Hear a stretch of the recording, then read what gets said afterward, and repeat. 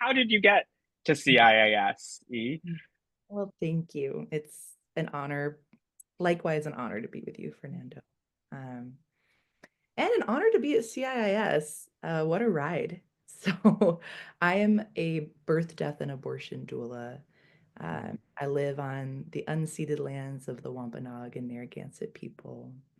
Um, I'm a descendant of settlers, and so I move I move in that space that I'm settling uh, on lands that are not my own, and I'm moving in a body that carries a lot of different intersections, and I'm Mm, interacting with the bodies of others through very particular thresholds of birth, death, and rebirth over and over and over again.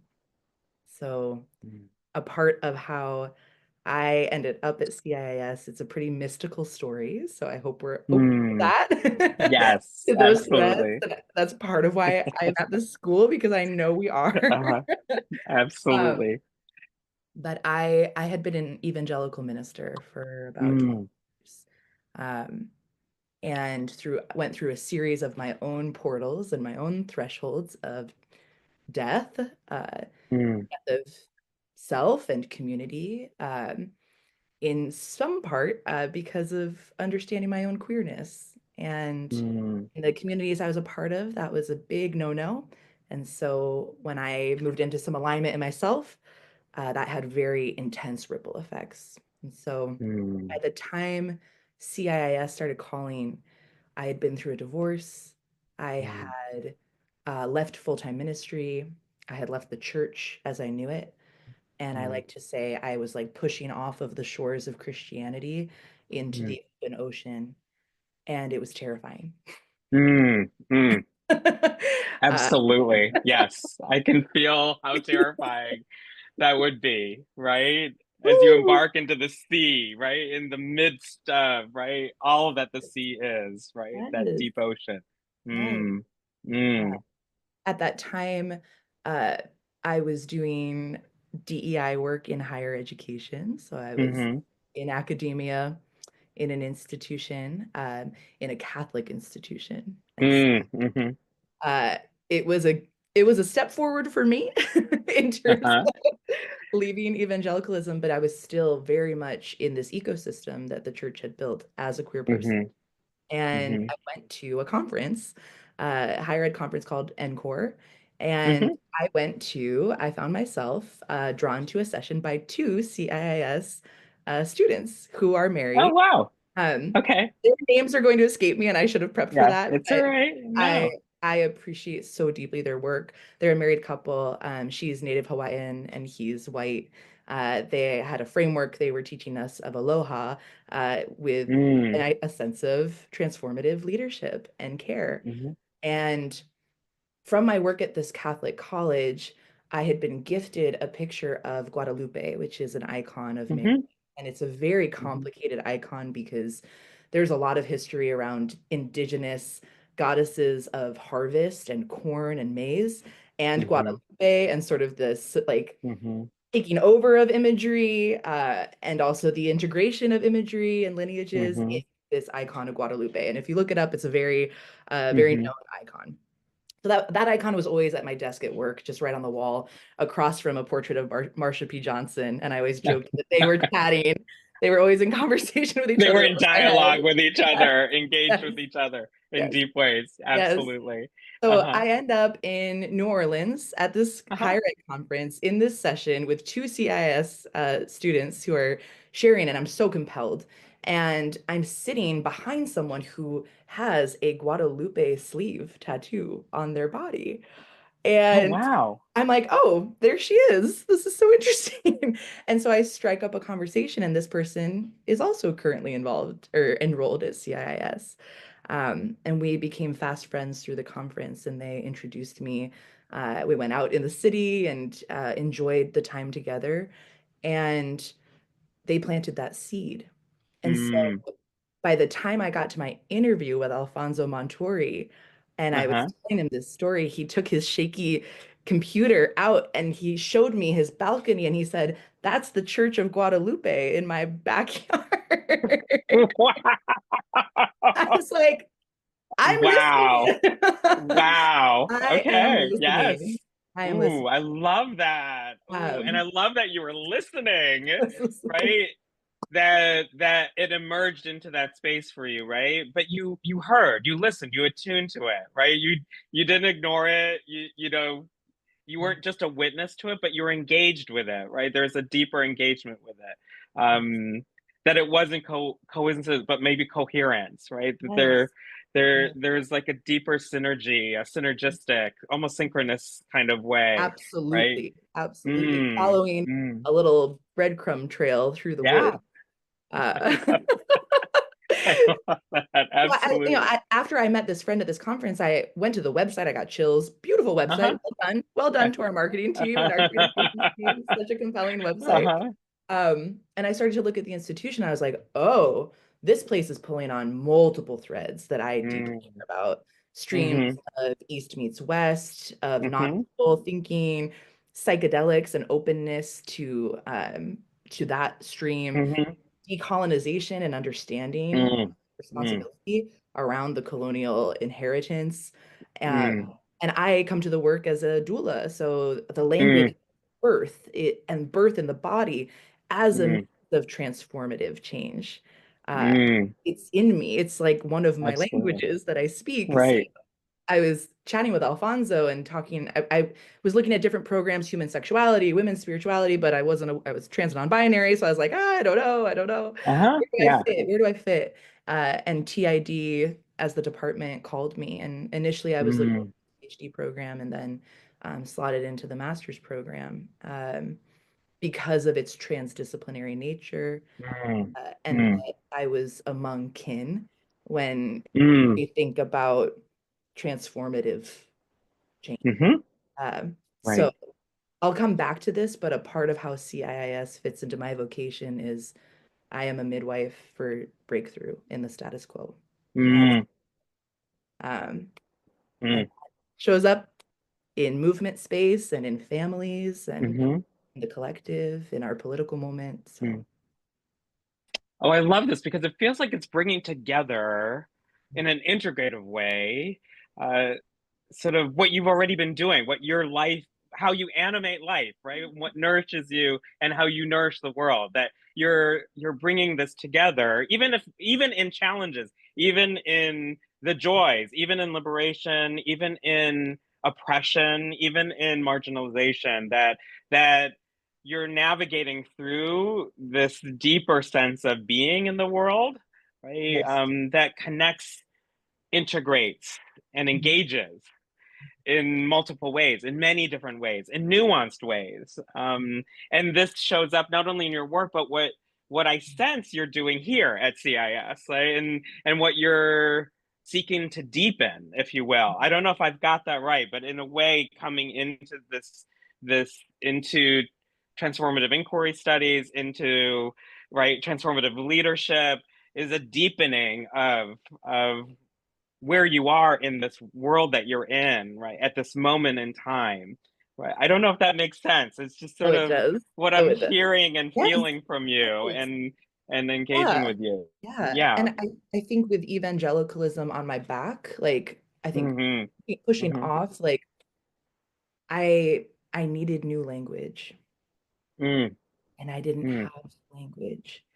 I mm-hmm. I think part of the legacy of colonization that's so deeply damaging is Mm, exploitation and stripping of mm, indigenous culture mm-hmm. and the stripping and muddying of any lineage for those who have colonized the colonized. Mm, mm-hmm. So I was aching for connection, Mm-hmm. the past and the present and the future, and how to Mm-hmm. talk about that outside of a strictly Christian framework that had Mm-hmm. been so nourishing and helpful while Mm-hmm. also being so violent against my Mm, queerness and uh, mm-hmm. Black bodies and Indigenous Mm-hmm. bodies and people that I love and am in community with. So in that expanding, the terror of the Mm-hmm. ocean, I was Mm-hmm. like, I need Yeah. I don't know if we can swear on this podcast, but I was like, I need a damn boat. Uh-huh. I need a Bring it. paddle. I need Bring it. something. I Yeah. need something. Mm-hmm. Um, Mm-hmm. I need something to navigate. And Mm, that's where the framework of transformative leadership, mm, new ways of being and relating, acting, knowing. mm. Specifically, there was in my first semester, in one of my classes, we were assigned a piece from Janine Canty where she Uh-huh. talks Mm. about the, choice. Yes. Mm. Mm-hmm. She talks Oh, about yes. the ecological self and the multicultural self, and how Mm, we move through these disillusioning dilemmas where, in order to survive the chaos of change, then what must be true is that many things are true at the same time, mm-hmm. often things that Mm-hmm. are feel inherently in conflict with one another. Mm-hmm. And she walked through these interviews and research that she had done with folks Mm-hmm. through the kinds of experiences I was living through: Mm, divorce, loss of spiritual mm-hmm. community, um, some like psychological distress at like your meaning making Mm-hmm. system falling apart and needing Yeah. to, I call it caterpillar soup, like when you're in the Uh-huh. cocoon and Yeah. you're like, I am completely derealized. I need an Yeah. ego. I really need a sense of Uh, self to get out of right. this. Exactly. Um, Exactly. and she Yeah. was there, she was giving me language, right? Mm, Um, mm, a lot of mm, the indigenous scholars, I think there's a book on my shelf, um, mm. about stories by Thomas King was a great one. Oh, Um, yes. Oh, yeah, yeah, totally. yeah. These Mm-hmm. just became like a path through, Mm-hmm. yeah, through a very, I know I'm mixing metaphors and this is what I do in a big soup. There's like I 10 love metaphors it. at all Bring it. times. Bring it Okay. all. Bring it all in. Yeah. But it was like, Absolutely. it was Yes. starting to form a path forward Yeah. out of really the terror of unknowing. Mm. And I wouldn't say like, oh, I've arrived at knowing and it's comfortable again and Mm. I'm so happy here. Not at all. Not at all. No. And, right? And I have a beautiful toolkit and a way of articulating that, yeah, I feel like in many ways CIIS midwifed me through my, Mm. and I'm so Mhm. grateful for that. So, And as you go through this process and as you've been in this process and as you anticipate, sort of in a way, as you graduate this spring, as you enter into a different process, a different series of oceans that you will be in, right? I'm curious what you've been talking about in this both and space of like what you've been learning, what you've been scaffolding, what you've been finding your oars in a boat, that creates that pathway, that pathway through the currents that you're in, that you from your consciousness, from your experiences, from all the things that have happened to you within the context of your like nuanced intersectionalities. Yeah. How is this coalescing into what you're doing here in the transformative leadership department and within the context of your academic side, your what you've been learning, but also your scholarship, like what you're called to do in this way, right? As you've been finding your path, as you've been, sort of steering your boat within the oceans, the somewhat choppy waters or even calm waters as you navigate through this. I'm just curious how transformative leadership, the department, your cohort, and your work in this space. What have you been doing, and how is it emerging? mhm. And what does that look like for you? And I just am curious where that is. I know that's a huge I love it. I'm into it. question. I'm into it. Um, okay, so I feel like, and for the purposes of this, what we're doing here, this Yeah. conversation, I think, Hmm. is also for those who might be like me, starting to pick Uh-huh. up breadcrumbs in the woods. Precisely. Yeah. And so if that's you out there listening to this, I think that uh, I would say what's carried me through my experience academically in engaging with CIIS and all it has to offer is this phrase from a mystic, James Finley, that I love. Mm, Um, what is in the way is the way. mm, There were mm, moments almost immediately. after feeling like I found my dream school. This is amazing. It's going to be smooth Mm-hmm. sailing. I can avoid all this scary shit that's coming up Mm-hmm. and find a new way. Totally. Yeah. So much resistance immediately in our course. Mm, Some mm, things that felt like a balm that were like, oh mm-hmm. yes, I can cozy up here. I can Mm, dig in mm, mud. I'm just like so happy to read these articles. I'm so happy to know mm-hmm. that this journal exists. Mm-hmm. And then some material that I was like, this is not what I came to grad school for. I don't Mm-hmm. like this at all. I'm feeling a Yeah. lot of resistance in my body. Mm-hmm. Um, and sitting instead of dismissing that, sitting in that resistance. Mm, As birth is my mm, primary language here, can mm, I stretch a little wider? mm, Stretch just a little mm, wider to hold the intensity of what I'm feeling mm, and what I'm in. mm-hmm. Both that which feels Mm, aligned and that which feels really mm-hmm. challenging to me. Absolutely. And Absolutely. okay, can I? Mm-hmm. Ooh. Um, Mm, One of my mm, beloved cohort mates does PTSD work with veterans, and he does a mm-hmm. lot of breath work with them. And through one of our Mm, assignments, he became one of my coaches. And so we would uh-huh. go on Zoom and we would do breath work that he does with um, former military Mm, folks. And mm-hmm. there he was midwifing me through this Mm, process and teaching me how mm, to breathe in a new way, in a way I hadn't done before. mm, mm, I think that the first year was very much about getting some of those tools, some of the language of the program and the discipline, mm-hmm. understanding what transformative leadership is as a framework, Mm-hmm.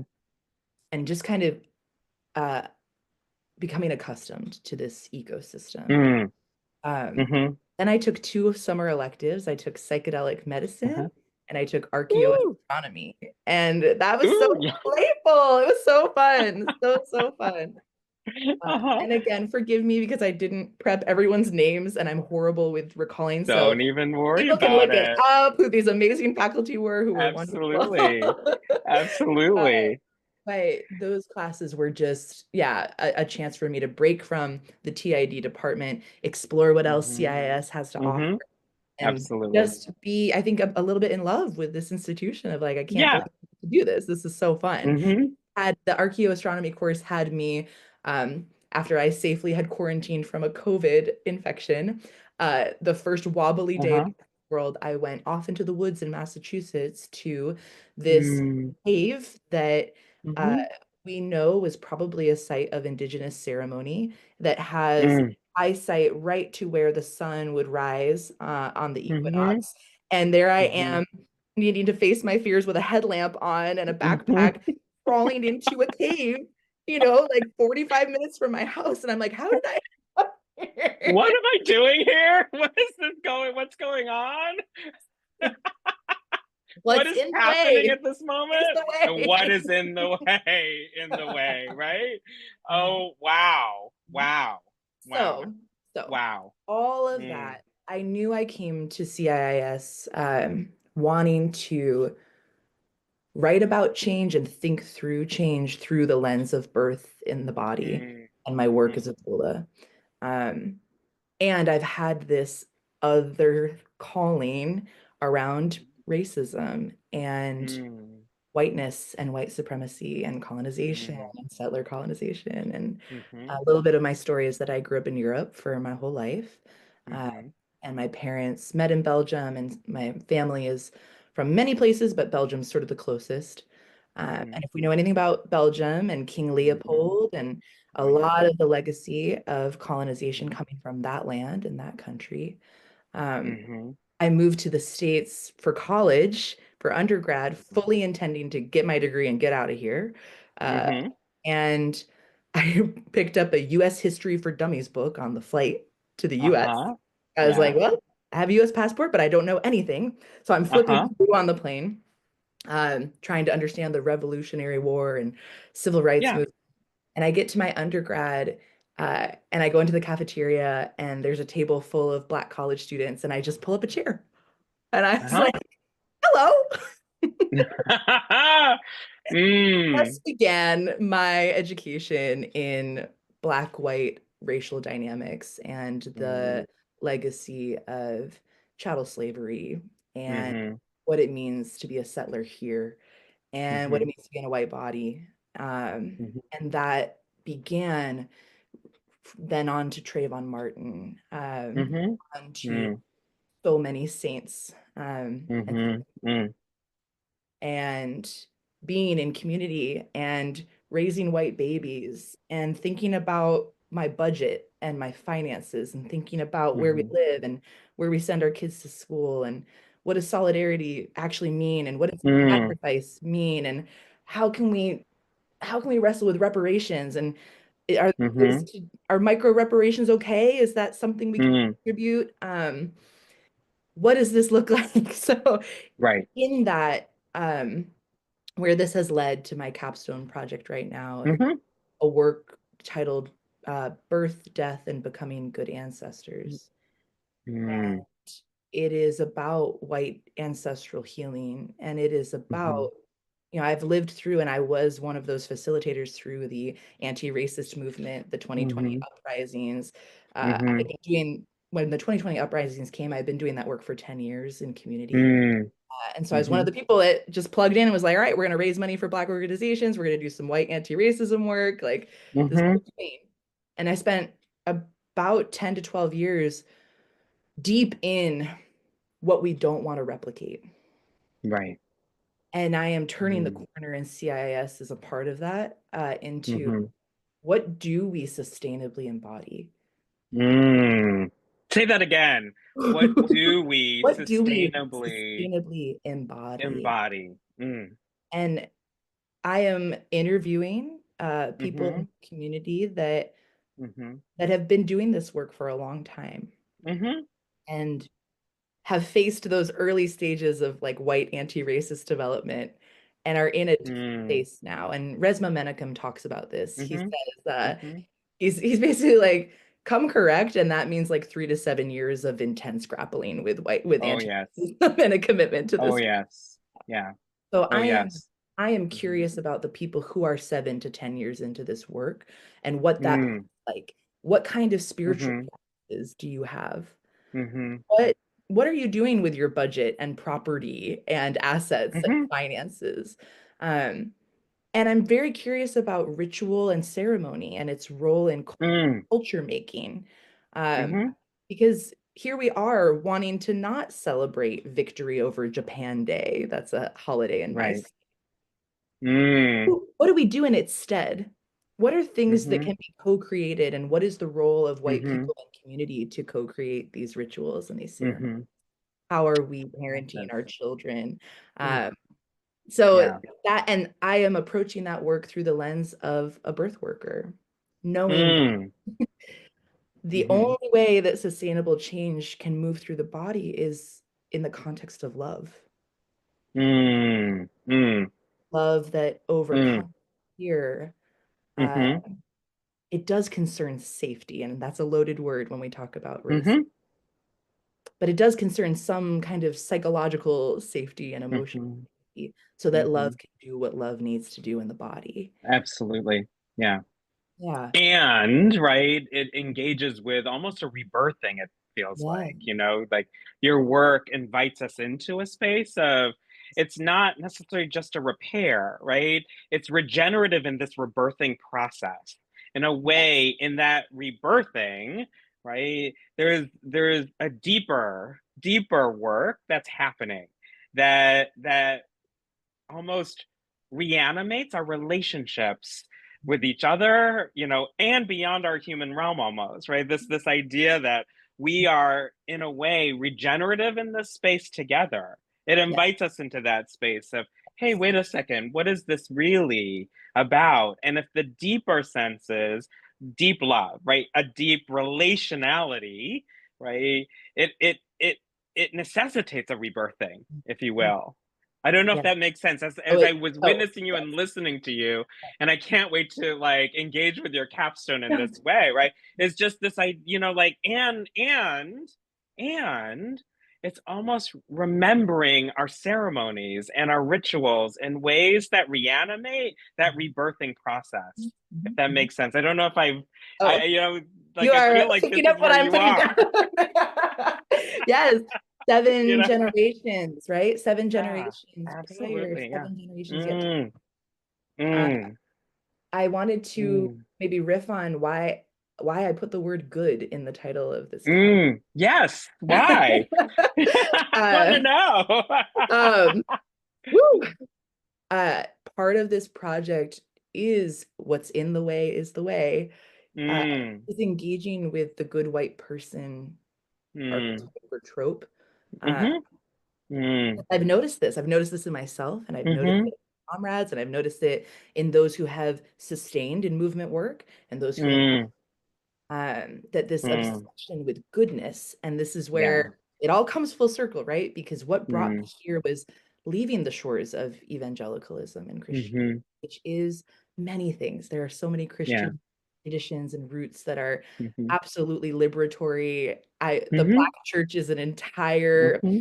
treasure trove and legacy unto itself. So I'm talking, Mm-hmm. we're to just make a distinction. I'm talking about white Christian nationalism and Yeah. evangelical as the spiritual underpinning of Mm-hmm. that framework. Uh, Mm-hmm. that is obsessed with binaries of goodness, Mm-hmm. badness, and purity, and Mm, mm, created mm. relationship to the Black body to create a sense of its own goodness. Yeah. Yeah. So when I talk Mm, about birth, death, and becoming good ancestors, part of what's happened in my own life is shadow work, is mm, really mm. important crucible.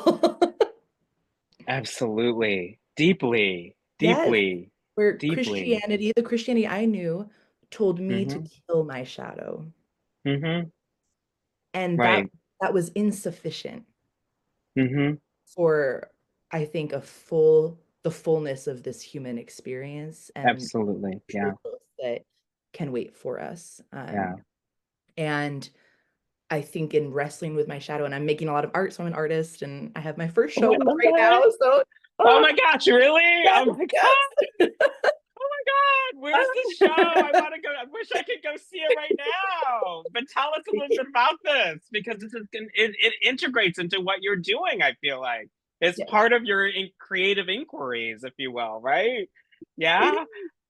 that work is all about this journey with my shadow and with the body, Mm, with all of these mm, themes over the last couple of years. So mhm. I think that it's a playful title. What does it mean to be a good Yeah. ancestor? What does it mean for white Yeah. people to become good ancestors? What is good Mm, in that context? uh-huh. What are we inheriting that is not deeply not good? We are being told Yeah. it is good, but it is not good. Not good. Yeah. And I Yeah. think of my children. I remember I have Mm, two, I call them boys for now. mm-hmm. uh, Yeah. I remember the moment when the ultrasound tech revealed that we were going to have white boys and I would be raised Mm, with white men. And I had to like ask for a minute. I was like, can you leave mm, the room? Because I need to process this on like a mm-hmm. existential level uh, Yeah. of the beautiful mantle and responsibility to Mm, nurture these children who are born mm, bodies that will be assigned so much. yeah. So this Yeah. is also a love story for my children. Oh God. I absolutely love this. Absolutely love this. Because in a way it connects to what I feel, sense, engage with, and in this space that we're sharing, this deeper calling that you like, it is like you came here to CIS, you came here to TLD, but it's part of a larger continuum and a stream of callingness, like deep calling, right? A deep calling that and a deep calling into the space of not only what it means to be a good ancestor, right? But to transform that space, like deeply transform it and rebirth it. Like we're coming like this is and in this deep loving kindness compassion relationship that you have with, for instance, your two boys, right? With all of things that are coming bearing down on their bodies, their spirits, their minds, their souls, right? and you as, right, a navigator with them in this journey that's theirs, right? They came in through you, right, and live and animate this world within your orbit, within your context, within the context of your lineages, their lineages, right? And here you are rebirthing in a way, right? Finding a way through. And this is why I'm curious about how you're linking this work that you're doing right now with a deeper calling that's linking and engaging with a calling that orients you into, right, a creative futures, right, a deep creative futures, right, that's now, right, it's not the future, it's like right now. I mean, I feel like the work that you're engaged in right now, that you're called to do right now in this present moment, with the relations that you have, the kins that you have in the human beyond human realm, right, is this deeper calling of this rebirthing, right? That rebirthing of, right? Good ancestry, right? What does that really deeply mean? And what are the implications for our lives in the now, right? That's part of that creative futures that I see and feel and reside in with you in this, right? In this space that we're in, because our bodies are different, but they in this way deeply resonate. There's a coherence that I'm feeling. That's If so that beautiful. makes, I don't know if that makes It's sense so at all. beautiful. Yeah. Totally mutual and beautiful. But it's connected to your calling. I Yes. feel E. Like I do feel like it's what I am reveling in, deeply reveling in this space that we share together right now, is that I feel like your calling is deepening, right? As you move forward, as you navigate forward, that this calling, right, reflects, right, this work that you've oriented to in a deeper way here at CIS, but it's almost like it's like woo. I don't know. I don't know. There's no word for this. Like woo. This, My friends and I have a joke that my gravestone will just simply say, "That was a lot." yeah. There you go. With a snap, right? Lot. A snap That's a of lot. deformation, right? As it is, right? It's expansive. It's a lot, right? And nuanced, Yeah, right? very, very nuanced. Yeah. Yeah. But you're helping navigate this through, right? This is why in a way it's this both and of yes here, but it's I feel like it's almost funneling with you, like through you, in very specific, unique, innovative, and transformative ways. Yeah, I don't know if that makes sense at all, but I'm receiving that. I Thank yes, you. because and I know calling is an evocative word, right? Calling, it's something that is just deep, right? But I can feel the textures of it when I encounter you, when I listen to your work, right? It's not just calling like writ large, it's calling in a deep way, right?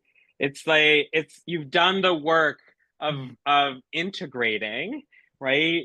In many different ways. And in this space, it's been really connecting that scholarship in ways that, right, sort of manifest into, right, a different transformative space. Yeah. I don't know if that, yeah, I don't know if that makes sense at all or how you feel about that at So all. yeah, I think that, excuse me, my apologies. I think this is what CIS does very well. Uh, Mm,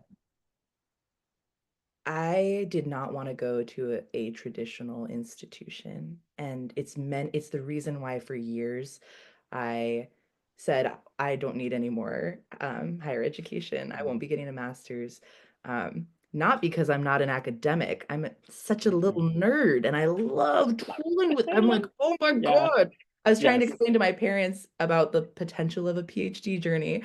Like I mean, what a luxury, right? In this generation and Mm, to just be like, hmm it is for the love, it's for the love. It is for the love, hmm Deep loss. for the deep love. And I think something that CIS, why it is so special for me is that what we just talked about, I cannot imagine bringing that to a traditional academic institution. Mm-hmm. I Yeah. don't think, Jesus used to say, those who Mm-hmm. have ears to hear, let them hear. Mm-hmm. Those who have eyes to see, let them see. Uh, Mm-hmm. and I did a little, I was like maybe an MDiv. I went down to Mm-hmm. Vanderbilt. I looked around, like, Mm-hmm. and everyone I met with that were trusted guides were like, I think you should take the risk of a funky place Mm-hmm. that is actually going to give you what you need Mm-hmm. and will fan the flame. Mm-hmm. So I, our intensives, I mean, this program, so it's for me, it's an asynchronous, fully remote Yeah. experience. Like, wow, Mm-hmm. what a way to do Mm-hmm. grad school. And I Mm-hmm. somehow, and well done, Jocelyn, and well done, Deborah, and well done, everybody involved. I feel very connected. And Mm-hmm. I feel like I'm chomping at the bit, like, I want more connection and my life Mm-hmm. is just so full and busy right now. I can't like Yeah. feast at the banquet table of CIIS in the Mm-hmm. way that I want to. So Mm-hmm. yeah, I think there's something about this place. It's transdisciplinarity, it's global and internationalist. Mm-hmm. Um, I think the spirituality is deeply important, and Mm-hmm. because we are rooting, I think this is a story that is not finished, but we are Mm-hmm. understanding anti-Blackness in our institution. We are understanding, hopefully, Mm-hmm. anti-transness and Yeah. queerness and queer phobia and the ways that we can Mm-hmm. become even more hospitable. Um, it will only expand the generative possibilities of Mm-hmm. out of CIIS. And that is like, that's so interesting. That's higher ed as a healing modality. And I don't think Mm-hmm. people are really ready for that. But it's so needed in this time, right, that we're in. And right, and we are so it is just such an imperative, if you Yeah. will, Yeah. right now, especially right now, Yes. right? Not Yes. just where we are in our Yes. country, but in our world, Yes. right? Yes. I don't know if Yes. that makes sense. Yes. Like we almost we're in the fire bin of the world, and Yes. yet we must be on fire. Like we Yes. must inhabit that fierce fireness, Yes. right? And Yes. the other integrated elements that are part of our realities, right? that that that seek to deeply transform where we are right now, right? I don't know Well, if that you makes know, it's so sense, funny. I just realized you asked me such a beautiful cosmic question, and I brought it to such a particularity of our shared academic home, which is Yeah. important. And I'm going to bring it back out Yes. to the cosmos for a second. Please bring it. This is the whole thing. We're gonna go This is back. why we're doing this. Eve. This is exactly why we're doing this, right? It is. It is almost this in and out and back and forth, and it's like focus, unfocus, right? All of it. But Totally. bring it back out Let's bring for it back. us. Bring it back out for us. Yeah. Okay, so part of why plucky 18-year-old E did not want to stay in America was that Mm, Jesus taught me about empire. mm-hmm, mm, mm. Say that again, please. Just say that again, because I Uh, like little E preach. did Yes. not want to stay in America because Jesus Mm-hmm. taught me about empire. Mm-hmm. When I came here as an 18-year-old, I already had been well formed in skepticism about the American Mm, project as yeah. being anything close to freedom or democracy. Um, and I think many things are true at the same time here. So I want to be Mm-hmm. careful. Absolutely. But I was living and going to school with military kids who lived on bases. Mm-hmm. And there were no other countries that had these bases. It was Mm-hmm. just Americans who had Yeah. military bases all over the world. It's very Mm-hmm. curious. Mm-hmm. I am Mm, the child of a journalist. So mm, my father's work was interrogating political mm-hmm. systems. Oh And I yeah. was following stories, Mm-hmm. global stories as an 18-year-old that by the time I got on the plane to getting out at Logan in Boston and looking Mm-hmm. for these stories on CNN International, they were gone. Yeah. They disappeared. Yeah. So when we think Mm, about propaganda and mm-hmm. isolationism and the Mm-hmm. US's position in our geopolitical landscape, Mm-hmm. as Mhm. as an empire, as imperial. Mhm. I knew if I Mhm. make a life in America, I am making a life in the imperial core. Yeah. And I need to You're be, the center of it. yes. And Yes. what will become of me? Who will I Mm. become if I don't Mm. develop a spiritual practice? I am Mm. not situating myself in the Mm. intersections of community in its most like Mhm. vulnerable Mhm. intersections. Who Absolutely. will I become and who will my children become? Mhm. That has Yeah. been in me since I got here. Mm. Mm. To your Mm. point about that cosmic calling, and the US is not cosmic by any means, but I Mm-mm. think systems of domination, right? And Mhm. this came up in my coursework, understanding, I Yeah. think Eisler's work, dominator versus partnership system, Yeah. like Mhm. systems of domination of many cultures. uh, Yeah. Absolutely. we feel in our bodies what that means. And like you Mhm. said, our role as academics, our role as healers, our role as prophets, as Mhm. midwives, as those who do Mhm. work, like we stand at the threshold with the empire energy bearing down on our bodies. Absolutely. And we say, there is another way. There is another way. There's other ways. Other ways. Other ways. Other There's ways. other ways. Other ways. Yeah. Mhm. And those other ways, as you said earlier, are deeply connected to love. Mhm. Because at the deepest foundation, right, that relationality within love animates, Mhm. right, animates these many ways, Mhm. these many ways. I love this because you, within not only our community here at CIIS, but in our universal community, are you're engaged in this deep work, right? Like this is that both and right? Wow, this is part of a larger cosmological reality ecosystem that we're in, right? That is human and beyond human. But you're doing it in a place, in a context, here and now. And it's manifesting in the ways that you've engaged with not only our departmental community, the community of the Transformative Leadership Program, and not only just the IAS as a community, as an institution that exists in this world, right? But in the communities that you inhabit, dwell in, engage with, animate, seek transformation, and I will say rebirthing, right? Rebirthing.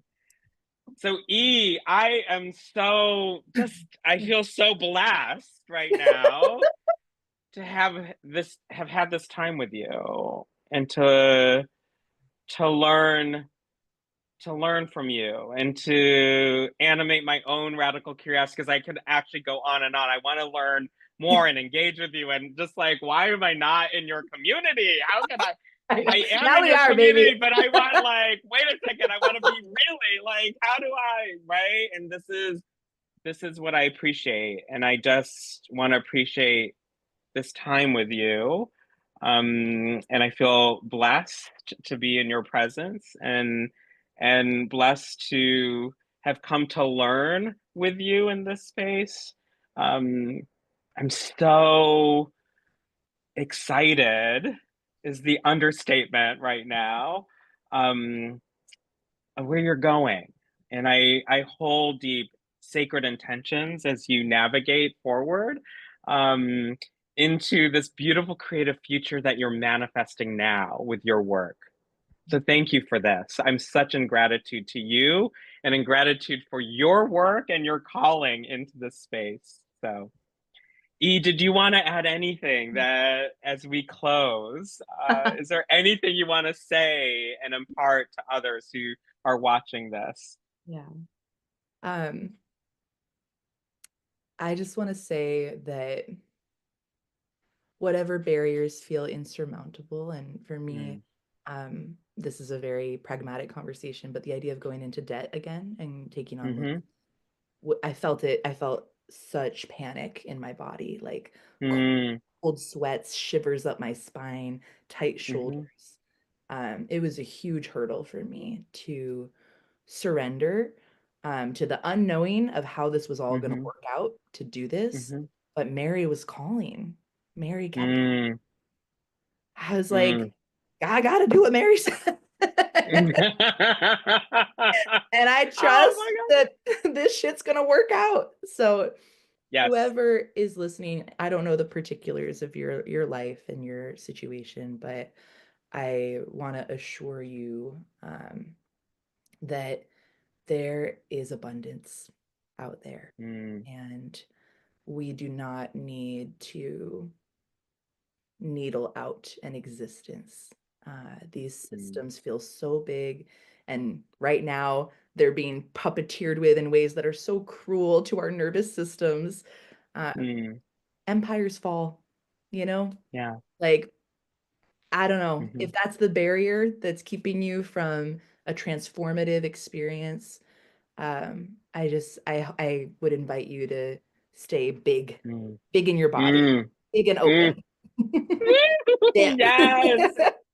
Yes. That's what I have to offer.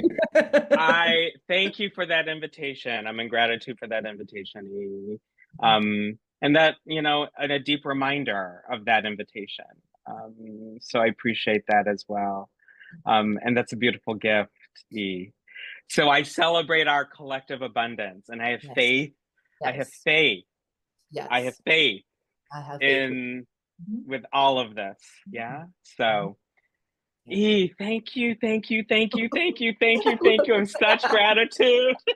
Me too. This has been so fun.